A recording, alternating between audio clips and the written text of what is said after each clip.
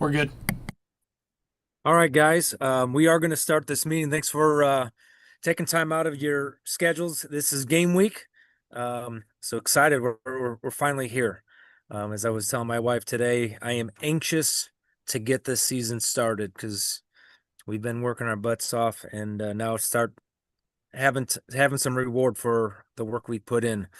So Monty, thank you for hosting this Zoom meeting. The focus on the deeps. And I will let you take it from here.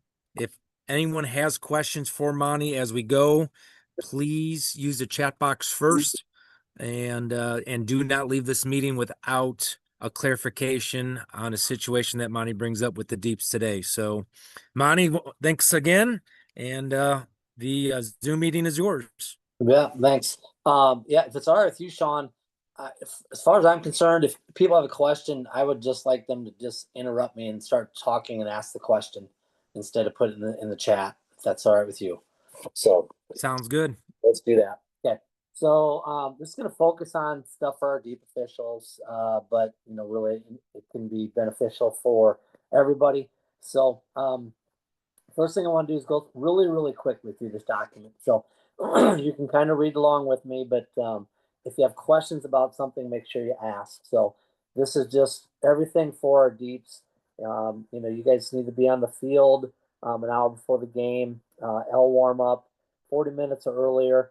What I haven't read is something that I want to emphasize. So we're in the L formation, but if either full team comes out onto the field, we go to the split field, and then we have the buffer zone from the 45s. So that's either full team comes out, no matter even if you're outside of that 40 minutes.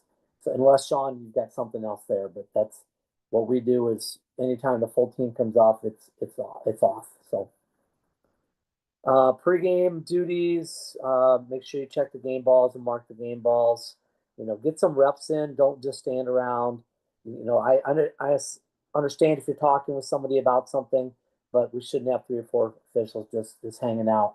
You should get in, work on watching, the feet come down, what foot comes down first, and so on a whole bunch of catches, even if they're just doing some basic, drills where they're, pass and catch with the quarterback. So field judge, side judge, you guys got to get the captains, have them at the sidelines for 3 minutes, at 3 minutes for the coin toss, and get the goal line pylons out of the way. Get those babies all the way up back at the track. We talked about that before. And before, people, we're not talking about the actual pylons. We're talking about the yard marker pylons.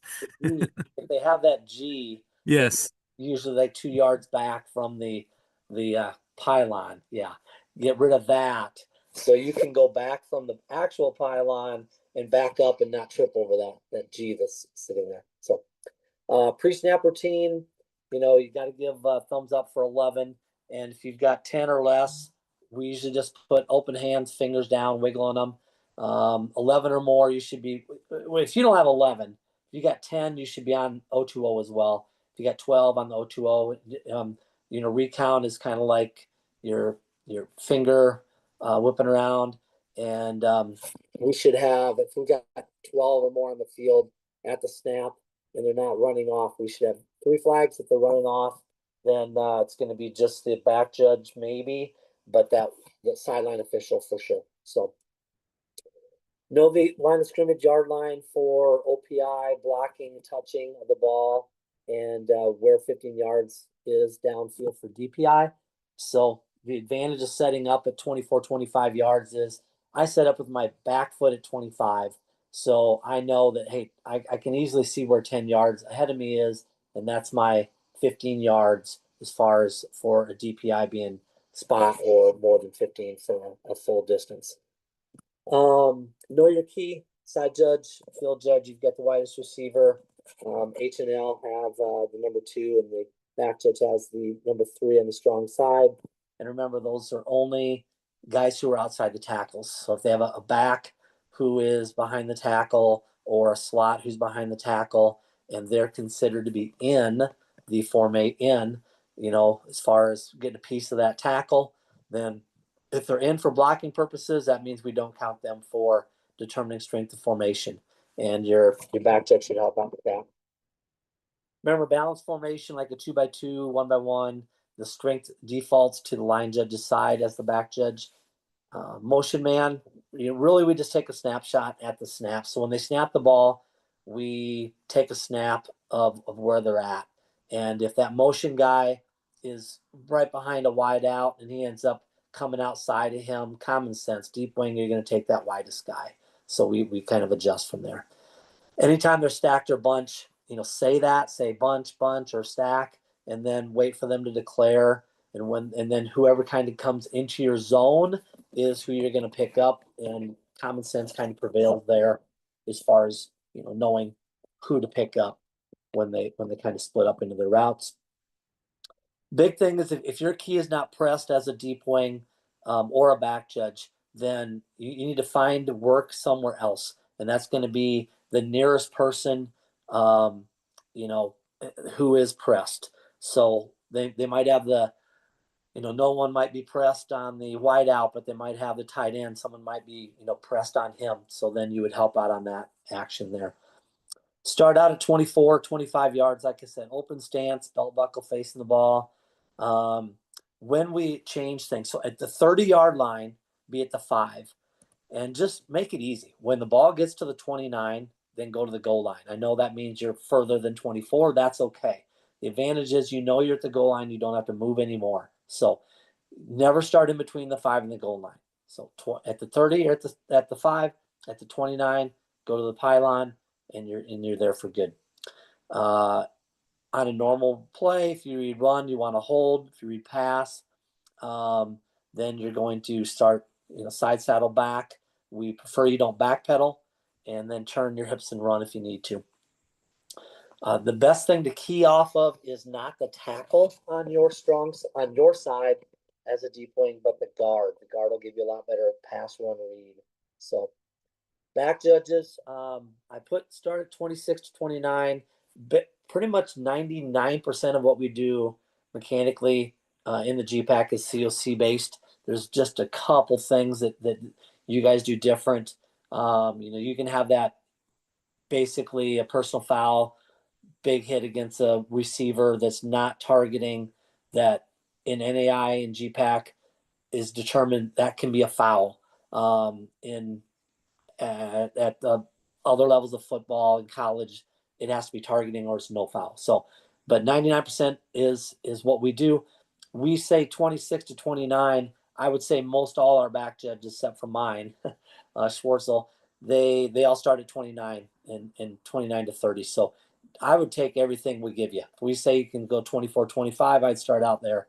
If we say 26, 29, I'd go 29. So in red here, the next thing for the back judges, if the snap is between the 25 and the 30, start at the goal line, okay? If it's not a quick pass or a run, then start floating back to the end line. Now, you can start in the middle of the end zone. You do that when we are between the 25 and the 20. So 25 to 20, you can be at 5 yards in the end zone. And again, a run or a quick pass, you can come up to the goal line, and then you got that pinched in a little bit, between you and one of the deep wings for ruling on a touchdown. If they drop back to pass at all, you need to be drifting back and you need to be on the end line. You're the only one who's going to be back there.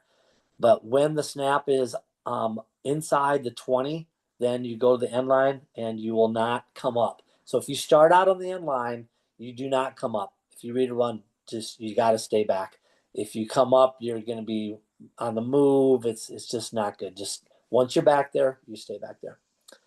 Again, read back judges. If you read pass, walking step back, and then continue. If it's not a quick pass, continue a walking step back. A big thing is the longer the quarterback has the ball, the more you got to backpedal. Somebody's going to be going deep, and you can turn your hips and run if you need to as well. The more distance you have to cover on the field, the more you're going to have to turn and run instead of just backpedal. If you're starting out on the 15-yard line, and you only got 15 yards to that goal line, you can probably backpedal the whole way. But if you're starting out at the, at the 50, and you try to backpedal throughout the whole play, and they run a deep pass, you're going to get beat. You guys, really should not. We don't want you to get beat to the goal line. If you read the play well, you shouldn't, but it can happen. So Really quick, this came up in our scrimmage up at Morningside. Remember, if you turn and back or if you turn and run, and then all of a sudden you're running the same way as the receiver, you're trying to get ahead of the receiver, run opposite of that receiver. You're going to have the same angle just on the backside. If they're coming at you, you go away from them.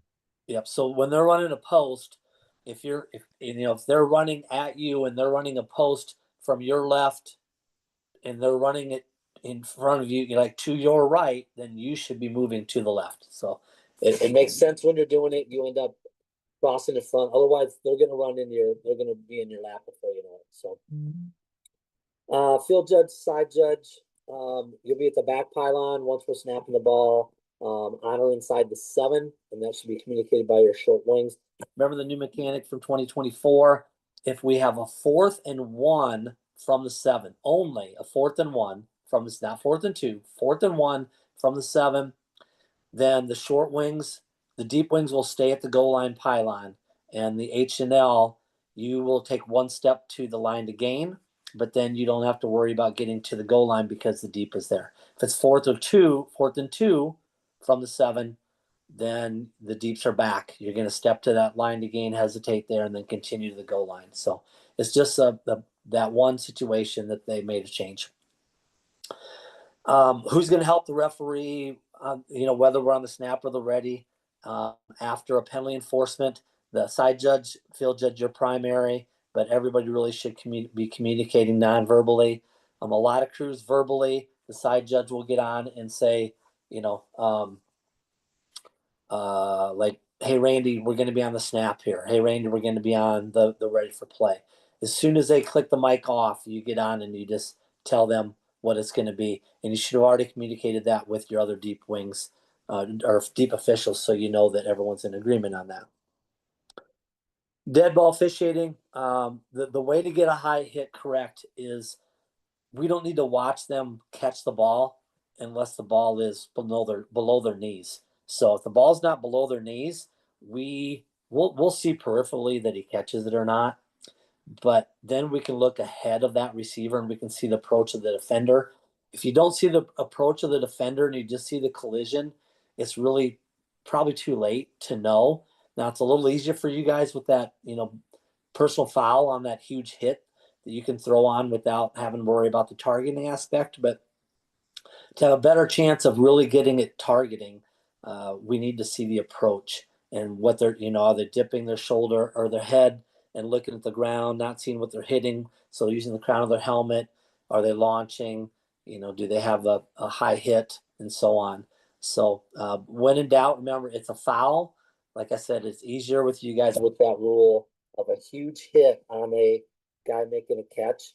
It's foul unless they wrap up, kind of like the high school rule. So Another thing on that, on a high pass that is uncatchable, that receiver is out of the play and is a defenseless player. yeah, All right, so easy one to remember follow. that uncatchable pass, that receiver is a defenseless player category. Yep. And the play, deep wings, you should accordion in and use your voice if you need to. Let them know you're there. You should not cross players when you're closing down. Deep wings, get in the bench area on out of bounds plays, escort players out. When they go in the bench, we should see you sprinting downfield to get in there and escort those guys out of bounds. Ball mechanics. If the ball's outside the numbers is when we're going to get a ball. So talk to the ball boys. Proper preparation of the ball boys is what makes it easy. If you get 2 ball boys, I don't have to worry about this anymore, but the way you do the mechanics, you should have one. I always said one of you is basically 5 yards from the line of scrimmage official, 5 yards downfield from him. And the other one, I always said, I want you to be 10 yards from me. So you're in between the two of us, but 10 yards from me. That way, when I come in, I'm coming in at an angle and you're throwing the ball forward to me. If you're standing close to me, then all of a sudden when I start coming in at the end of the play, when the play's over, you're behind me now. So get those guys between you and make sure that they don't throw it until you have two hands. They see two hands that you're showing them that you want that ball, and maybe you call for the ball or whatever. But do not hit a football until everybody is cleaned up. Another thing, another tip with ball personnel, know their first name. They will respond to their first name a lot better than just, hey, ball, you, ball, here. So write it down on your game card. Keep on saying it the first quarter, and keep your ball personnel in the second half so you don't have to learn a new ball boy and teach a new ball boy. Keep it both halves. They're switching sidelines with you. Yep. And then we always told them basically when we get inside the 10-yard line, they don't come inside the 10-yard line. So they stay at the 10. There's a lot of shit that happens inside the 10-yard line. So just tell them it gets really busy in there. When we get at the 10, just stay at the 10. We know you're right there at the 10-yard line. We can get a ball if we need to, but we don't want you inside the 10 where there's too much stuff going on. Let's see. Get the name of the get back coach and use him to help you keep the white clear. Let the teams know, the coaches know what you got with a foul.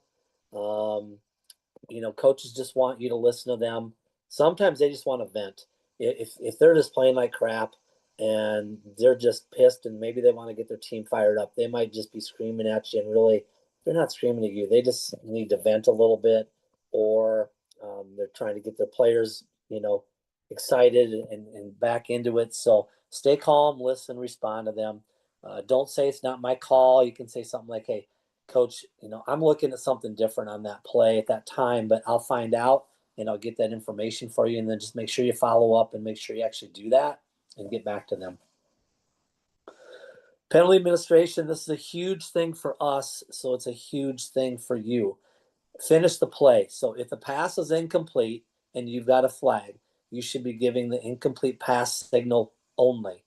Do not get the incomplete pass signal and then kill the clock signal above your head. If it's an incomplete pass, give an incomplete pass signal. 1 time is good. 2 if you want, that's fine. If you need to move your flag, move it, give a preliminary, then communicate with the referee, over the O2O. Okay. If it's a completed pass, then at the end of the play, you're given the kill the clock signal. But if it's incomplete, give the correct signal. That's what finish the play means. Covering the flag of a deep official, if it's appropriate, we can help each other cover our flags, cover the short wings flags if they got to go report something. And everybody's responsible for making sure the enforcement's right, and talk to somebody on your crew. Figure out how you're going to write down what the fouls are. Some crews do it however you want to do it. There's no right or wrong, but you need to have that written down. Best case scenario, you have someone who comes with you who can do that. Now, if you have an alternate, there's no reason why he can't, do that.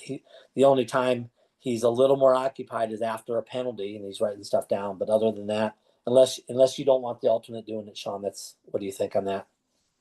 The alternate could definitely do it. And in that email today, I put in Okay. there All right, our NAIA penalty report.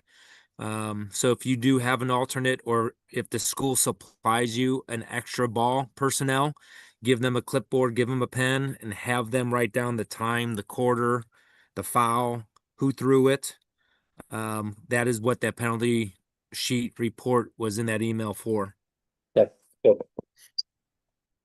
Timing, by the book, side judge and field judge have the game clock and back judge has the play clock. Punt coverage, you all should be even, determined by the back judge, but generally it's about 7 yards. And remember, back judges, if there's 2 receivers, you're splitting the middle of them at 7 yards deeper. If there's 1 receiver, you are just off the inside shoulder of him. And basically, you want to end up being 5 to 7 yards wider than him when he catches that ball, and preferably 5 to 7 deeper than him. But I don't care if you're only 2 yards deeper than him. you need to be 5 to 7 wide. If you're 7 yards or 10 yards, but you're directly behind him, you are straight line. You have no angle to see like KCI, if he muffs it and so on. So the width is much more important than the depth. Get your width first, and then you can adjust your depth. So Practice this in pregame. If you have a punter out there and they have receivers receiving the punt, practice this, practice this, practice this. try to get set when they're going to catch it. It's really hard. Sometimes the punts are so bad you might be moving, but really try to get settled in and slowing down, if not stopping on the catch, if possible. Um, on a punt, deep wings, you're watching the gunners, the 1, 2, maybe 3 guys on your side coming downfield. KCI, if that's your guy coming in, then you can help with KCI. We'll look at a play with that. You watch for block in the back, holding as well. If they take the guy down, 5 yards downfield. You throw your flag right away. Doesn't matter if they fair catch it. You've got a foul for a hold that's during the kick. So we'll talk about that when we look at the video here in a minute. Back judge, you should never see a block until the possession has been achieved by the return team. Okay, until they have possessing the ball, you need to be watching the returner or returners for a fair catch signal. You cannot miss that because the field judge, side judge will not be looking at a fair catch signal. You need to see that. You need to own that. You should not see any blocks, back judges, until he has possessed the ball long enough. Then now, if he drops it, you were saying it's a fumble, not a muff. Until that time has elapsed, you're watching that return guy. Very, very important. Last year, we had a back judge who called a block in the back while the ball was still in the air, and that's an incorrect mechanic. You're going to get a downgrade. You can't see that because if you're looking at that and see that, you're not seeing him signal for a fair catch. We got to see the valid ones, but we really need to see those invalid ones too. Otherwise, we end up with bad situations, like if they run it back for a touchdown. So don't miss those. Field goal and try coverage. Side judge of the second umpire. Come on the overloaded side and just tell the umpire, hey, I'm on your right or I'm on your left, whichever that overload is. If it's a balanced, if it's pretty much balanced, just come in from your side and then tell them I'm on your right or left. You're looking for pull and shoot, the 3-and-1 block, which I've never seen happen. Don't go looking for it. Just forget about that rule because it doesn't really exist. Leaping, you need to look at what leaping is. You need to look at what leverage is in the rule book because I don't think we understand that very well. So talk to the umpire about who's watching what. Well, yeah, he's watching the snapper. You guys do have false starts. If the guy's on your side false start, then you're gonna have a flag for a false start as a side judge. So it happens. Field judge, you're on the upright with the back judge, and the back judge is the one who's gonna have the whistle. Always say yes, yes, or no, no. Do not say good and no good. Always yes, yes, no, no. Practice this. You want to look good, guys. Practice stepping out together, 1, 2, up, and stay up long enough that the referee sees the signal, and then you go down together. The back judge determines when you go up. The back judge determines when you go down. Go up and down together. It can look really, really good, or it can look kind of shitty. You want to look really, really good. So after a field goal try, what do we do? So your games, if you don't have a TV game, which I don't know, you might, but anyway, if you don't, you're gonna have radio. So timeouts are set to be a minute 30, which includes the 25-second play clock.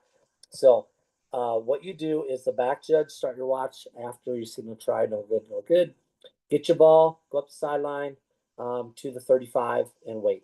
Okay. Side judge, field judge, go to the 25, wait there. When the back judge tweets his whistle at 45 seconds, then you can go up from the 25 to the other 45, and that helps kind of clear your sidelines and so on. And it just looks good since you're using that kind of a timeout situation. Back judge at a minute, you should be in the middle of the field. Give the ball to kicker, and then instruct him to wait for the referee's whistle, run off the field. When you get off the field, put your hand up. The referee blows whistle. Remember, back judges, you should, when you get to the sideline, you should say 35 over the 0-2. 35 is ready to kick. And what that does, that tells your referee 35 is the kicker. So if we got a KOB, he can just roll right into his announcement. Free kick out of bounds, kicking team number 35, ball be placed at the 35-yard line. We don't have to check with them on that. They're going to do that 95% of the time. If you announce it and they change it and want to back them up 5, that's not a problem to get back on the mic and just say, correction, they want to enforce the penalty, 5 yards and re-kick. Measurements, side judge, you got the ball on where for the, if we need to change the ball out. Have a new ball, side or field judge will have a new ball for measurement in the side zone. Keep the players back judge, you're holding the ball on the ground. I would strongly advise as a crew, you guys practice a measurement one time in the locker room before you go out in the field. You can look really, really bad and really look stupid on a measurement if you don't know what you're doing. So practice that. Last part, anytime you have anything, you can contact me. Okay. Phone call, text message, email. I'll respond. I'll get back to you. And if you want to set up a Zoom and look at a play or something like that, we can do that too. So I really want to be there to help you guys out throughout the year. Any call, anything that goes in quick ref that has the side judge, back judge, or field judge is tagged on, I will look at every one of those plays and go in there and either, I'll make a comment of if I agree with the grade. I'll change grades sometimes too. We did that a little bit last year with kind of a position coach. If the umpire is a guy who grades the film, they might not be so good with DPI and OPI. So then I would go in and maybe change a grade, based on, philosophy that we know that they don't, and so on. And umpires could do that if a deep wing was grading their game and that kind of stuff. So anyway, if you have a question about a grade, I do not mind at all you reaching out and saying, hey, I got an incorrect call on this. I don't really worry so much about them. But if you're like, I thought it was right, why is it wrong? Just you can send me a text message or an email, and I'll take a look at it and I'll tell you what I think. So anything on this document? Anybody? I know, Monty, one thing that was on the 0-2 in an earlier scrimmage when it comes to unsuccessful field goals. We both go up if it's successful. Is only one saying unsuccessful if it's an upright, and both if it's a crossbar? Good question.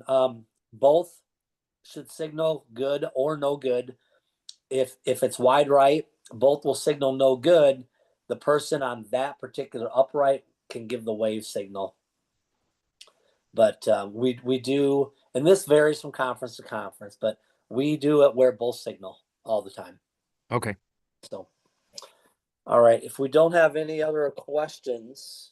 Hey, Monty, can I jump in a second? Yes, Paul. The other night at our scrimmage, you wanted me to kill we're not under 2 in the second half. You wanted me to kill the clock on a deep pass, and then we're going to wind that right away. That's what you want us to do? No. No. Okay, I was confused by that. I might have. Yeah, I don't know what happened there. Okay. Yeah. Did the guy go out of bounds? Yeah. Sorry. Yes, he did go out of bounds. Yeah. Yeah. So yeah, when do we kill the clock and when we don't? And Sean, you might want to chip in here because I know there's some conferences that they like mirroring of signals.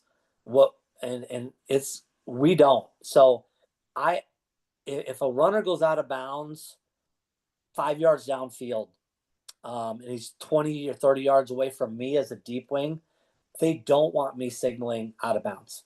Now, if he's closer to me than the short wing, then, or like between us, then they want us both killing it. And if he's downfield further, Paul, like, I'm downfield, but he's I'm going downfield, but he ends up going out of bounds.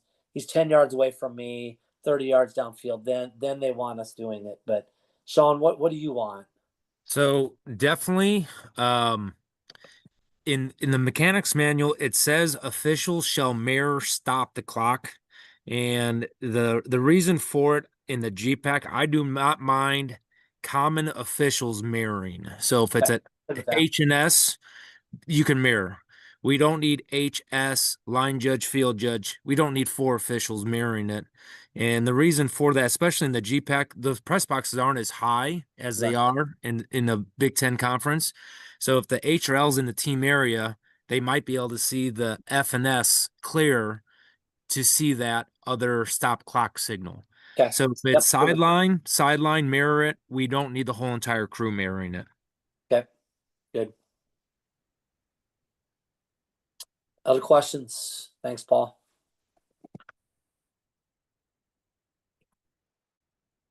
All right. So we're gonna look at a couple of plays and punt, kick plays when all the shit happens, right? So we're gonna look at a kick play, and I've done a lot of training on this particular play, and we cover a lot of stuff. We're gonna go through this a lot faster. When I'm working with a crew or an individual, we often spend 45 minutes on this one play because we cover every single aspect of it and we talk in depth about it. We're gonna go through a little quicker, but ask questions if you have a question. Okay, so let's switch to this view. All right, and you can still hear me, am I right, Sean? You can still hear me? Good. Yeah. No. Yes. Nope. We can still hear you. Yes. Good, because this is one earlier it was not working. Okay, so we got to know that we have multiple people. So this deep wing has these 4 players is who he's watching, right? This one only has these 2 guys. Short wings, they're responsible for here and probably into here. We need our umpires to get these second and third wave guys. But if you get more than one guy, pair of guys that you're looking at, you got to look at who's the bigger threat. So we've got 2 sets right there. This second one here is in chase mode. So this guy's in front. So he's in good shape. Blue or purple is the return team. So we would want to focus on this one a lot more than this other one. But we need to know they're both there. The top of the screen, we've only got the one guy. Okay, so let's just look at what happens here at the top of the screen. He's in chase mode. And I know it's hard to see, but he right now, he just pushed him in the back. You can see he just projects him right by him. If they're in chase mode, any contact in the back is a foul. And the back in chase mode is considered to be the back shoulder. So in chase mode, the back shoulder touching is a foul. If they're not in chase mode, you need the primary force in the middle of the back, which is defined now as inside the numbers. Okay, so big difference between chase mode and not chase mode. But you can see we've got a muff now, and the ball goes out here. We got another block in the back. This would be a heck of a call to get both of them, especially. But you can see that one there. Another one, block in the back right there. Is that second one a block in the back to get to a loose ball? That's a good question. And if you have doubt, then I would err on that. Because you can block in the back, you can push and pull in an effort to get to the ball. And that when we do have a loose ball, especially since it was muffed, it's a wide open ball. So yeah, you might pass on that one possibly, but we already had one. So now we get that. We had a fair catch signal, by the way. So right now, what should we be doing, back judges? If you had a fair catch signal, ball gets muffed and gets picked up. Shut it down. Right. It's dead. Right. It doesn't matter if it's a valid or invalid signal. When anybody, K or R, I should say A or B, picks this up, it's dead. So hopefully we're hammering on the whistles because we'd rather all that stuff that happened there, we'd rather none of that happened because we were on our whistles really strong as soon as it was picked up. Now, deep wings, you're gonna have no clue that guy signaled. So you're not blowing your whistle. This has to be the back judge. And that might be the problem. The back judge is probably 20 yards away from this at a diagonal. So they might just keep playing. But okay, so now how do we report this? Okay, so and this is, I'm not going to ask so many questions now to get through this quickly. I'm just going to talk. But if you have questions about it, ask.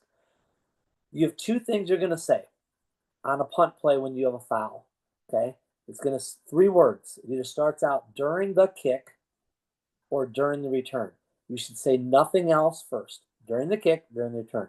So when did this happen? During the kick. Remember, the kick is a kick is a kick is a kick until it's possessed. So after this muff, it's still a kick. All right, but we had it before you even muffed it. So you're going to report this as during the kick, which everyone should be in their brain now thinking we have a PSK foul. Okay, and PSK means end of the kick is our basic spot, which is why our back judge, it's important you get your bean bag at the right location. Okay, so during the kick, illegal block in the back, return team number 10, and then I would just say we're going to enforce it from the end of the kick. I don't like saying numbers, extra numbers. So, you know, there's no, if you, for example, you could say a whole bunch of numbers in here. You could say, you know, the block in the back occurred, you know, at the illegal block in the back occurred at the 35-yard line. The ball was picked up at the 20 and, you know, returned 5 yards. And now we got the referee has like 5 numbers in his brain. Just give him the number of the guy who fouled him. And then you don't have to say, he's going to say how the distance of the penalty when he reports it back to the crew and over the mic. So just don't say all that. So that's all you got to do. Okay. That's a pretty easy one at that point, right? So what do we got here if team A picks this ball up off the ground as it's bouncing and at the 25-yard line and runs it in, scoop and score for a touchdown? That's a question. Somebody answer.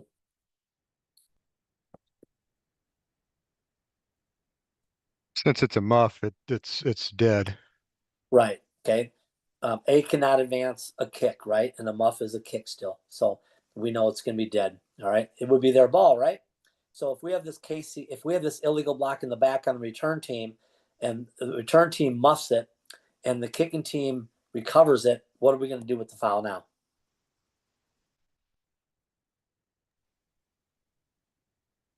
They want the ball, right? So they're going to have to decline it, right? We good with that? Okay. What if that ball is illegally touched by the return team? My bad. Illegally touched by team A, and then team B muffs it, and then team A recovers it. It's going to be the return team's ball at the spot of the illegal touch. Right. And the only thing that can wipe that out, remember, is if we have an accepted penalty. Okay, and that's getting a little more complicated. But so now let's go back and let's tweak this play a little bit. I love doing that. All right, so we've got a block in the back, but he clips that return guy, which actually he does. We go to this video, you can see. I usually don't show this but he actually hits this return guy's shoulder. Right there, you can see it kind of jerks him back a little bit. Okay, so back judges, you are not going to see anything except for some guy ran into my dude. So what do you do when some guy runs into your dude or he gets within the 1 yard belt? Let's remember, if they are within 1 yard of the shoulders, it's a foul. If he crosses in front within that 1 yard, it's a foul, whether he contacts him or not. If he stops within that 1 yard, it's a foul. But if he does a flyby, okay, he can fly by him 100 miles per hour and miss his shoulder by an inch. It's not a foul if he flies by like this and doesn't cross in front. So, but if some guy runs into your guy or gets in that belt, you throw a flag, right? You have to throw a flag. You do not know anything except for, I've got KCI. But what's our conversation got to be here? Because the KCI was because of the block in the back. So what are we going to do when we have those 2 flags on the ground? Because the back judge is going to say, I've got kick catch interference on number 10. Deep wing. What are you going to say? Deep wing will come in and say I have a legal block in the back, which caused the KCI. Okay, so then what are we doing with that, Marcus? What are we going to do with the KCI then? Take it off. Picking up Correct. that flag. We're going to pick it up. Okay. So deep wings, you are responsible. Your back judge is going to throw. And if you don't take him off of it, we're going to have a big mistake. Okay. So if your guy blocks him into it with the block in the back, then you're going to say, well, I've got a block in the back. We're going to pick up your KCI flag. Now, if it's not a block in the back, but they're engaged, you're still picking up the KCI. Now you just don't have any flags on the play. All right. And then make sure you explain to the referee, we're picking up the kick catch interference because he was blocked into the return guy. Maybe by a foul, maybe not by a foul, but we're picking up the KCI. And then your referee's going to have to figure out, how he's going to make that announcement. But okay. Now let's change this play a little more. Any questions on that? That's the more difficult. Oops, I went too far. Okay, so now let's change this. Let's go to more basic. So after he catches the ball, okay, and he's doing this, he runs to here. So if you have a foul at any point during that run, you don't say during the kick, you just change it to during the return. And when you say during the return, we now have a running play. So this is no different than any other running play. The basic spot is the end of the run. All right. So now we might have to move our flag. So think about it. If he catches it there and does this, ends up running out of bounds there. And let's say that as a back judge, you have a hold that occurs right there. And you throw your flag and your flag ends up right here. All right. And the runner ran out of bounds right here. This is the end of the run. This is our basic spot for penalty enforcement. The foul was behind it. So we're going to force from the spot of the foul, which means you need to pick your flag up and you need to move it to here. Not only the yard line of the 39, but if the hold occurred over here, your flag would have to go over there to position 4 or whatever the case may be. But let's say that we've got an umpire who picks up a blindside block that occurs like right in here. Oops, sorry. Right in here, we got a blindside block when this guy's running the ball about here and then he goes out of bounds. Okay. In that case, end of the run is the 50, let's say, to make it easy. The blindside block was ahead of it. We don't need to move our flag in that case. Our terminology is still the same. It's during the return, block in the back, or illegal blindside block. Return team number 10, we're going to force it from the end of the run. Or if it's going to be, if we have to move our flag to the spot during the return, illegal blindside block, return team number 10, we're going to enforce it from my flag and I'm moving my flag to the spot. Or we're going to force it from the spot of the foul. My flag is good, meaning your flag's on the right yard line and ball position. So that's how you need to talk on a foul that occurs during the kick or during the return to your crew and your referee. How you say it is very important, and we got to do a better job of that. So any questions there? Monty, and I know as a referee, I want to know, is it a spot foul or is it from the end of the run? Yeah, which you can say it multitude of ways, but if you say I'm moving my flag to the spot, I mean, as a referee, that tells you we're going from there, right? Correct. Yeah. Or we're going to force him the end of the run. Yeah. So you really do want to give him all that information. If you don't know something, just say what you do know. and that way they'll ask questions to get it right. So, all right, moving on, different play type. You guys are responsible for the goal line. Anytime that ball is outside of the, you can see situation where 13-yard line for 10, 13.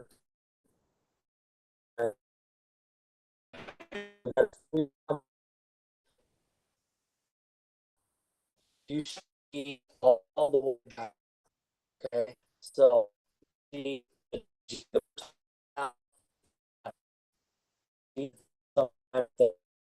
and big away. You can apply this.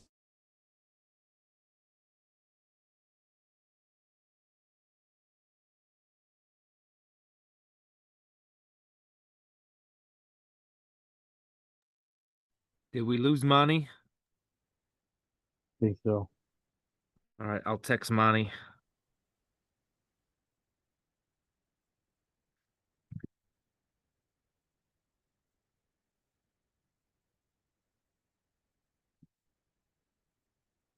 Looks like we lost a couple people from Iowa.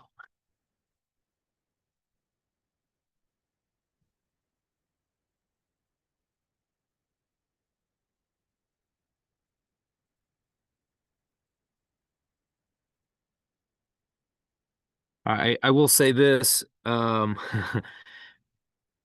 when before Monty does come back on, referees, I think Randy's the only one on here. Back judges, field judges, side judges. I cannot express enough, when you guys do have fouls, it is what the referee knows least on what happens. You guys, number one, got to ask your referee how he wants the fouls reported. Some want the result of the play first. Some want the foul first. Some want the number first or team first. Whatever it is, the referees order they want it, you have to practice it over and over and over again. Because when the referee's on the field, they are processing so much information in their brain. The more concise and direct way to give them the information for them to remember it and process it will benefit the crew. So ask your referees, how do they want fouls reported? Result of the play is an incomplete pass. Defensive pass interference, number 43, spot foul, automatic first down. Don't assume the referee has all the information. And I can't express that enough when it comes to deep wings and back judges fouls. That's what referees, they don't know what happened down there the most, because they're still in the backfield with either the kicker or the passer. All right, Monty, got you back up in the screen share there. Okay. Good. Yeah, Yeah, I don't know what. and kind of like what Sean said, guys, we don't need a lot of numbers. I mean, there's a block in the back on the 21-yard line. You block number 12 in the back. We don't need that. That's when we get confused. We just need one number. Who the foul is on. Yep, good point, Randy. All right, so when the snap is, when you're at the goal line, so the snap's inside the 29, from the 29 to the 15, we position ourselves at the back of the white, again with our belt buckle facing the center. Once the ball gets to the 15, you should be at the back restraining line. So you can see, I'm even behind that. My feet are even behind that on this play. But just talking about goal line and pylon. So let's look at some scenarios here. I don't care if this guy hits or dives. Well, let's first see what happened on this thing. Okay, so this ball got looped inside the pylon, all right, which is what they try to do because then they know that they're good. But let's say the ball goes over the top of the pylon. He doesn't get it inside, but the ball goes right over the top of the pylon, and then nothing touches between here until he's out here, nothing touches the ground. What do we have if it goes over the top of the pylon? By rule, what do we have? Still a score. Yeah, you have a touchdown. Okay. So if he touches the pylon, we know that's the easiest one. If he touches the pylon with the ball, there's nothing easier. That's a touchdown. But if we can see that it goes over the top or see that it goes inside of it, we also have a touchdown. Okay. So that's what happened on this one. They're going to show a replay. You can see they pieced two of them together. Here in just a second. There we go. So, from this, they're able to piece it together and see and confirm that the ball got inside the pylon. Okay. But you can see the depth here is what's really important, because if I'm at the back of the white here, I'm going to get taken out by these guys. Okay. So we need to be right there. I mean, they're going to, if I'm in the back of the white standing right here, now I'm no longer working the game. Right. So now we're down to 6 officials and we don't want that. So you need to be way, way back. You need to get that G out of the way. Okay. So now let's change this play a little bit. And let's say that this is what happens. All right. Here's the reverse. Because this is the part that we struggle with and not understanding. So I don't care again if he is airborne, okay, or running, doesn't matter.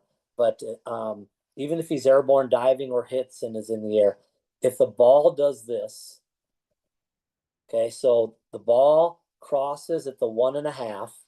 That's where it crosses the sideline. Okay. And then he's in the air the whole time. Superman, right? And they can do this. So the ball now is here, which is past the goal line extended, and he's still in the air, and his back left foot touches the pylon. Then he lands over here. Okay, does anyone know what we have? Touchdown. Okay. Where the ball went out of bounds at. Bring it back to where the ball went out of bounds. All right, so we got a debate. That's good. Okay. So does anyone know the rule of when we get what's called goal line? There.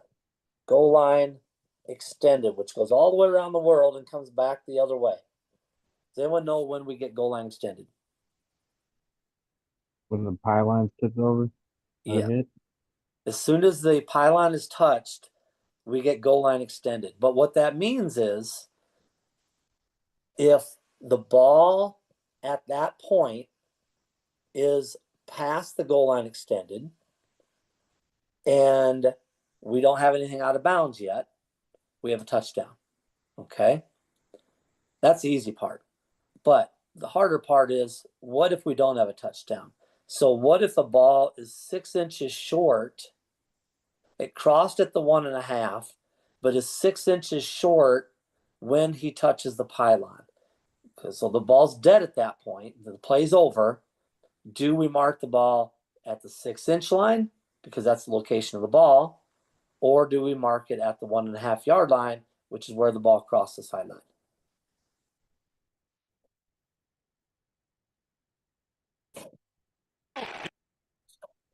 And this is exactly what the problem is. We're not sure, okay, exactly how that rule works. So let me give you a scenario that might help you. Let's say that this is our first down mark right here instead of the back stake. Okay, if that guy would leap and dive, and the ball would cross there at what is that, the 16, and he would not land until he's out here. Are we going to put the ball here, or are we going to put the ball? Are we going to put the ball position A or position B? B. We're going to put it B, right? So take the same thing, same logic. Okay. So if it's not a touchdown, we're bringing the ball back to where it crossed. So if he touches the pylon and the ball is right here, which is short by 6 inches, we go all the way back to where the ball crossed the sideline at the 1.5. Okay. If the ball is past the goal line extended, we've got a touchdown. So if you have a touchdown, you got a touchdown. If you don't have a touchdown, it's always where the ball crosses the sideline. Easy way to remember it. Any questions on that? I do have one question, Monty. It's somewhat related. I see there's 2 money lines inside the 5-yard line here. Did you Yep. stop at the first one first before going, or how did you treat that? Good question. So I'm not there. If we go back to the beginning, if you think about it, the short wing is at the 13 and he's going to the 2. Okay. I'm at the goal line pylon already as a deep wing. Okay. So now short wing, good talk though. Short wing, we want you to hesitate at the line to gain before you continue forward more. But the short wing has it to the 2. And so if that first down is threatened at the 3-yard line, he's the one going to rule on a first down or not me. But once that ball gets inside the 2, then it's the deep wing who's going to have everything. So, but good question. If we do have 2 money lines, we do hesitate at the first before continuing to the second. Usually that's a short wing situation, not a deep wing situation. But okay. I want to talk about OPI real quick, and then 2 plays that happened at the Ohio State, Kent State game 3 that were really good and garner a lot of discussion. So OPI, we want to look at bent arm to extended arm, creating separation. Creating separation is one OPI category. Driving through, which is, it might even be we engage each other as a defender and a receiver, but the receiver just blocks the shit out of him and drives through him, driving him downfield further. We have OPI hanging when that happens as well. Remember, we can't throw for OPI until that ball is passed and crosses line of scrimmage, but we do have it hanging. And then the other one is the pick play. So on that, we're really looking at, do we have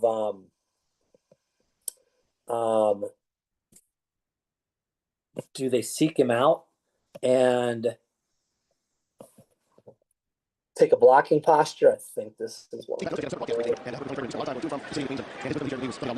tell you my Dick Enberg story. That's not going to work for sure. Well, anyway, we want to see anytime someone goes to the inside, crossing patterns and so on, then we want to see what that guy's doing. So this is one. We're going to go to this view. Let's look at the number 3 receiver. Remember, we number receivers. Stop. The number receiver is 1, 2, 3 from the inside out. Okay, outside in. My bad. So we'll look at our number 3 receiver right here. Watch what he does. Okay, now I'm telling you, a great deep wing is going to see this because don't officiate air. I don't need to look at those guys. They're free of foul. So if I see a guy who starts going to the inside as a deep wing, I'm not worried about this or this. I'm going to look in here. I would want to see that as a deep wing. Back judge, that's your guy. So you should have it for sure, right? You got the number 3. A good short wing is going to have it because a good short wing is not going to officiate all this space. He's going to look in there. But back judge, you got to have this, okay? So you can see he dips his shoulder. He initiates the contact, creates the contact. OPI hanging. Ball now is first touch beyond. Here comes our flag from our back judge.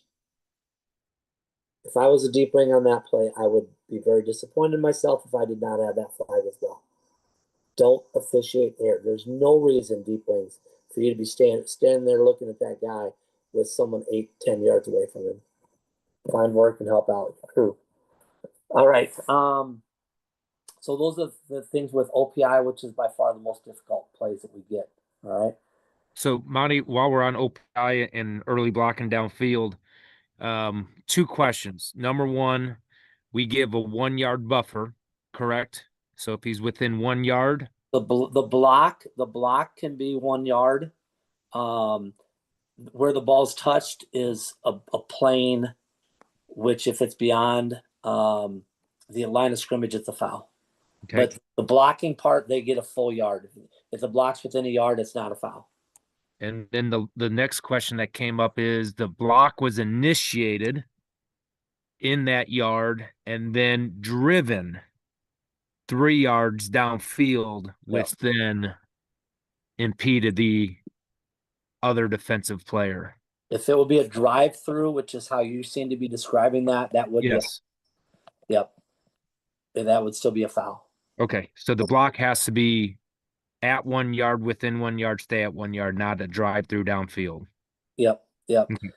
We got to be very careful when they engage each other, because the better the defenders are, the more they come up and they look to initiate contact with that receiver. And when they do that, here's a drive-through example. Look at the number 3 at the bottom, this tight end right here. Okay, this is a drive-through. Do you agree that this defender also? Oops, sorry. This defender also engages him, but watch the receiver. He drives that guy, so that's why that would be OPI hanging. But you got to be careful when they engage each other. This is one that, I remember this is the right play. Look at the top of the screen. I know it's covered a little bit. See how the defender reaches out? These guys mutually engage each other. This receiver is trying to run vertical. He's not being held, but he's also not driving through him like that last guy was. That's no foul. But that's why OPI is so difficult. You got to make a decision. Is he driving through, or is the guy kind of jamming him? He can jam him. He just can't hold him. But there's no OPI. There's no defensive hold on that play. So that's a tough one. Let's talk about the plays at the end of the Iowa State game, not the end necessarily, but there were 3 really important plays that happened on that one. One of them was the and I can't show it on DV Sport for some reason. DV Sport has a thing with screen capture, but I can show you what time the plays were. So you can go look them up at 14. No, the first one was, there's pulling up here.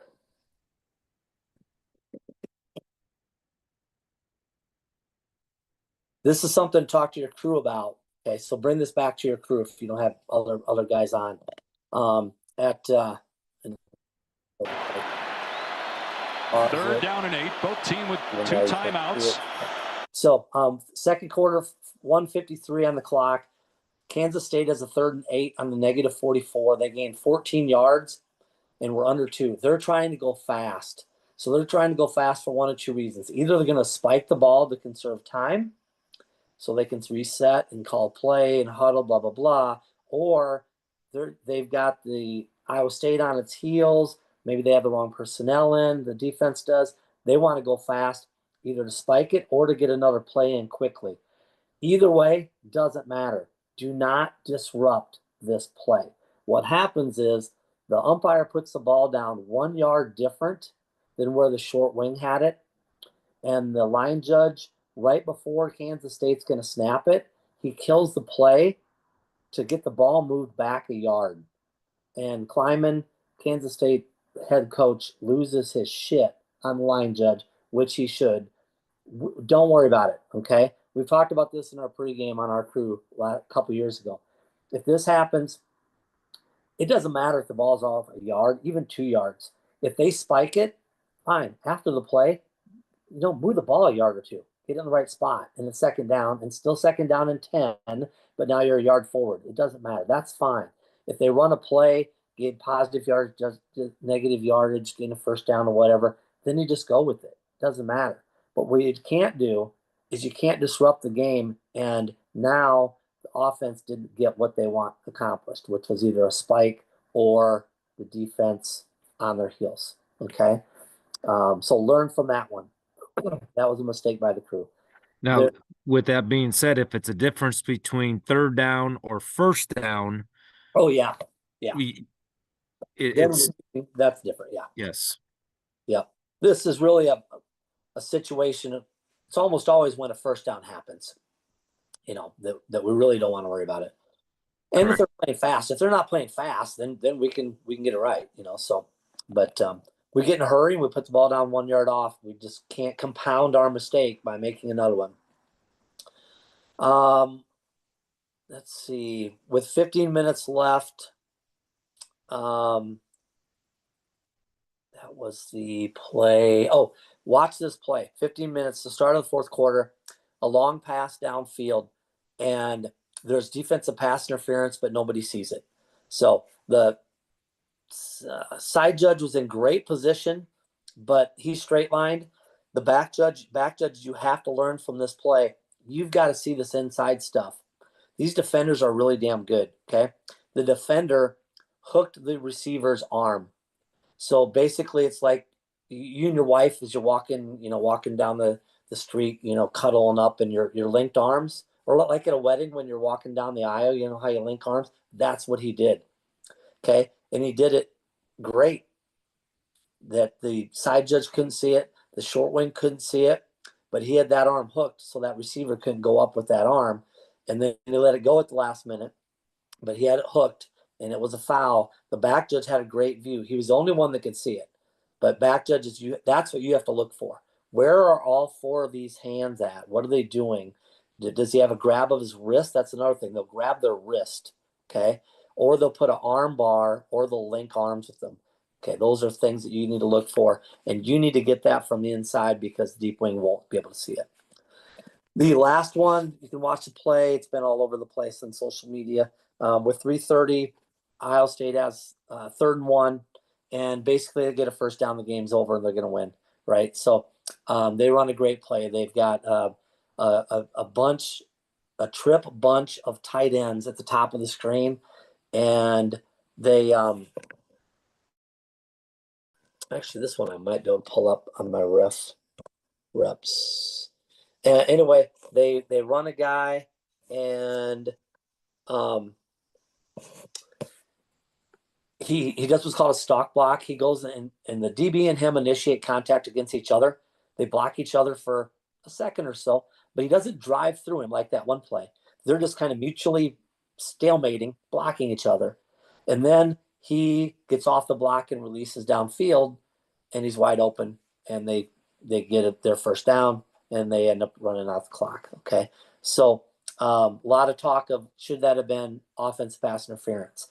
And if you watch it, he doesn't drive through him. The defender also initiates contact.